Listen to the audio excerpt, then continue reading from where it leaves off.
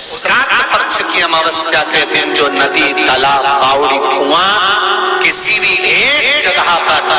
अपने पूर्वजों का नाम लेकर शाम के समय पर दिया लगाएगा, ये मेरा विश्वास रहता है, उसके लिए कुबेर भंडारी भंडार जरूर बनेगा, पितृ भंडार जरूर बनेगा।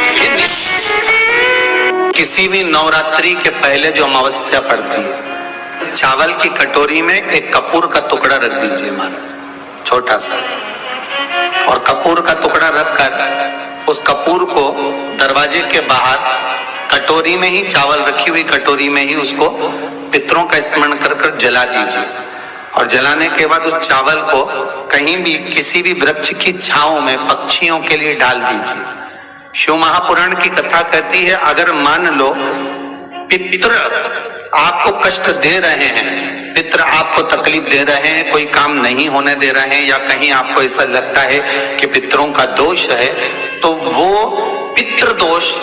देवी, अब ये जो आप करेंगे ये कब कर रहे हैं? अमावस्या के दिन आप उसको रख रहे हैं, अमावस्या के दिन उसको रखकर रात भर अपने रखा कपूर के साथ में, सुबह एकम पड़ गई, नवरात्रि लग गई, उसी दिन उसको जला, तकलीफें लग रही है तो एक पीपल का पत्ता ले लो, उसके ऊपर कपूर का टुकड़ा ले लो, सारे घर में घुमाकर उसको दरवाजे के बीच मध्य में जला कर रख दीजिए, थोड़ी सी जला 20 से 25 मिनट के अंदर। स्वयं गुरु बाबा कहते हैं, राम सुनो,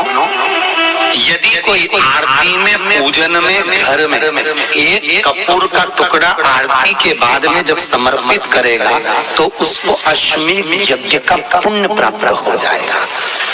अश्वमेध यज्ञ के पुण्य को पाने के लिए कपूर का टुकड़ा आज भी आरती में जलाया जाएगा, आज भी एक कपूर का टुकड़ा सुखा का। इसीलिए हमारे यहाँ शास्त्र कहता है महाराज, जब आपको घर में अगर ऐसा लगने लगे कि 15 दिन से बहुत बेचैनी है, बहुत दुख तकलीफ लग रही है, कोई ना कोई बीमार पड़ रहा है, कुछ ना कुछ तकलीफें लग रही है, तो एक पीपल का पत्ता ले लो, उसके ऊपर कपूर का टुकड़ा ले लो, सारे घर में घुमाकर उसको दरवाजे के बीच मध्य में जलाकर रख दीजिए, थोड़ी सी जला 20 से 25 मिनट के अंदर मकान में एनर्जी वापस आ जाएगी, उस भवन में एनर्जी वापस प्राप्त हो जाएगी। अमावस्या के दिन आपको लगता है कि हमारे पूर्वजों का उद्धार नहीं हुआ, हमारे पूर्वजों का कल्याण नहीं हुआ, कहीं अधोगति में कोई चला गया है, उसका बस एक बार, रोज नहीं जरूरत है, प्रतिदिन जरूरत ही नहीं, महीने में एक बार अगर अमावस्या के दिन भी आपने चंदन के, थोड़ा सा चंदन अगर मेरे देवाधिदेव महादेव को 7 स्थान पर समर्पित किया है। अशुक यहाँ पर वर्णन कर रही है, मेना, धन्य और कला की कथा कर रही है। तीनों ने सनकादि ऋषियों से मांगा। चंदन भगवान को अति प्रिय होता है, और चंदन ही एक ऐसा होता है जो पितरों को भी प्रिय होता है, जिसका स्पर्श मात्र लगने से पूर्वजों का कल्याण हो जाता है, वो चंदन है। 7 स्थान शिवलिंग के बताए हैं, जहां पर धूल से भी अगर कोई चंदन की उंगलियां लगा देता है, 7 स्थान ऐसे हैं जहां चंदन की मात्र उंगलियां लगा देने से ही शिव पितृलोक के पितरों को मुक्ति प्रदान करके वैकुंठ लोक का निवास देते। और वो 7 स्थान जो चंदन के बताए गए, पहला भगवान देवाधिदेव महादेव के शिवलिंग पर चंदन का लेपन, समझ लेना जरा बहुत अच्छे से। आपको लगता है स्वप्न में कोई मुर्दे दिख रहे हैं, या कोई जल रहा है, या कोई मर रहा है, या कोई चला गया है, ऐसा भय लगता है, बच्चों को मानी भेजूंगी ऐसा हो जाएगा, पति को मानी भेजूंगी ऐसा हो जाएगा, कोई हमारे कोई गलत तो नहीं कर रहा है, आपको लगता है। 7 स्थान चंदन के बताए महाराज। पहला शिवलिंग, दूसरा जहां गणेश जी का स्थान है, मालूम है ना सबको, जम के बोलो जरा, मालूम है ना सबको, जहां गणेश जी का स्थान है वहां अलग से गणेश जी बैठे, वहां नहीं, शिवलिंग में जलाधारी के ठीक सामने, राइट में गणेश, लेफ्ट में कार्तिकेय, बीच में अशोक सुंदरी। तो पहला चंदन बाबा के शिवलिंग पर, दूसरा गणेश जी पर चंदन की उंगली, तीसरा सदानंद कार्तिकेय पर चंदन की उंगली, चौथा अशोक सुंदरी पर चंदन की उंगली, पांचवा जलाधारी पर चंदन की उंगली, छठा जो शिवलिंग का जल बह रहा है इसके ठीक विपरीत की ओर चंदन की उंगली, और सातवां चंदन नंदी के मस्तक के ऊपर जो दो सींग लगे रहते हैं उस पर चंदन की उंगली। ये कब लगाई जाती है? या तो अमावस्या के दिन आपको लगता है कि हमारे पूर्वजों का उद्धार नहीं हुआ, हमारे पूर्वजों का कल्याण नहीं हुआ, कहीं अधोगति में कोई चला गया है, उसका बस एक बार, रोज नहीं जरूरत है, प्रतिदिन जरूरत ही नहीं, महीने में एक बार अगर अमावस्या के दिन भी आपने चंदन के थोड़ा सा चंदन अगर मेरे देवाधिदेव महादेव को साफ स्थान पर समर्पित किया है। अशोक यहाँ पर वर्णन कर रही है, मैना, धन्य और कला की कथा कर रही है। तीनों ने सनकादि ऋषियों से मांगा। चंदन भगवान को अति प्रिय होता है और चंदन ही एक ऐसा होता है जो पितरों को भी प्रिय होता है, जिसका स्पर्श मात्र लगने से पूर्वजों का कल्याण हो जाता है, वो चंदन का। आपके घर में पितृदोष है, आपको ऐसा महसूस होता है, आपको लगता है, तो किसी भी नवरात्रि के पहले जो अमावस्या पड़ती है, मान लो अपन अमावस्या पड़ी, आप एक अंदाजा लगाइए, तो में एक कपूर का टुकड़ा रख दीजिए महाराज, छोटा सा, और कपूर का टुकड़ा रखकर उस कपूर को दरवाजे के बाहर कटोरी में ही, चावल रखी हुई कटोरी में ही उसको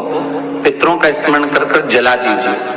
और जलाने के बाद उस चावल को कहीं भी किसी भी वृक्ष की छांव में पक्षियों के लिए डाल दीजिए। शिव महापुराण की कथा कहती है, अगर मान लो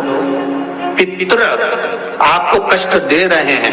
पितर आपको तकलीफ दे रहे हैं, कोई काम नहीं होने दे रहे हैं, या कहीं आपको ऐसा लगता है कि पितरों का दोष है,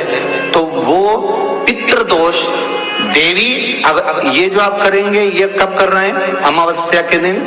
आप उसको रख रहे हैं, अमावस्या के दिन उसको रखकर रात भर अपने रखा कपूर के साथ में, सुबह एकम पड़ गई, नवरात्रि लग गई, उसी दिन उसको जलाकर आपने पटक दिया। अर्थात उससे देवी और पितृ इन दोनों का आशीर्वाद जो प्राप्त होता है, तो घर में से पितृदोष समाप्त होकर लक्ष्मी की वृद्धि प्रारंभ हो जाती है, कार्य में सिद्धता आ जाती है।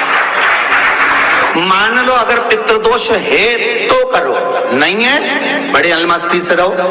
तो ये पितृदोष का स्मरण है। तो यहाँ शास्त्र कह रहा है कि पितरों का जो लोक होता है, पितर जो लोक होता है, उस पितृलोक में 64 योगिनियां प्रवेश नहीं करती। शिव महापुराण कर रही है, शंकर की कथा कर रही है। अमावस्या के दिन प्रदोष काल में, प्रदोष के समय पर, प्रदोष काल में शाम के समय पर जाकर किसी भी नदी, तालाब, बावड़ी, कुआं, कहीं ना कहीं जो आपके पास में हो, वहां पर एक घी का दिया, बत्ती का मुंह दक्षिण की ओर कर कर अवश्य जलाकर आ जाना, सारे पितृ दोष समाप्त हो जाएगा। अगर नदी, तालाब, बावड़ी, कुआं नहीं है तो पीपल का वृक्ष हो या बेलपत्री का वृक्ष हो या वट का वृक्ष हो, उसके नीचे लगा दो प्रदोष काल में। पर अमावस्या के दिन लगाएं जरूर। क्यों? क्योंकि अमावस्या 16 दिन तक पितृ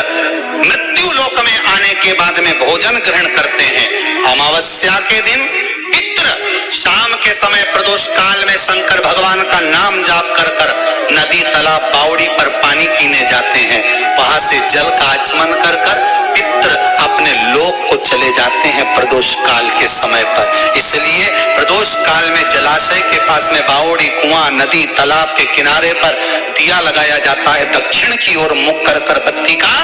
तो पितृ आशीर्वाद देते हुए जाते हैं कि फलो फूलो, आगे बढ़ो, उन्नति करो, तरक्की करो। ये पितरों का आशीर्वाद रहता है, पितरों का वर रहता है। आप दें कुछ करा ना करा,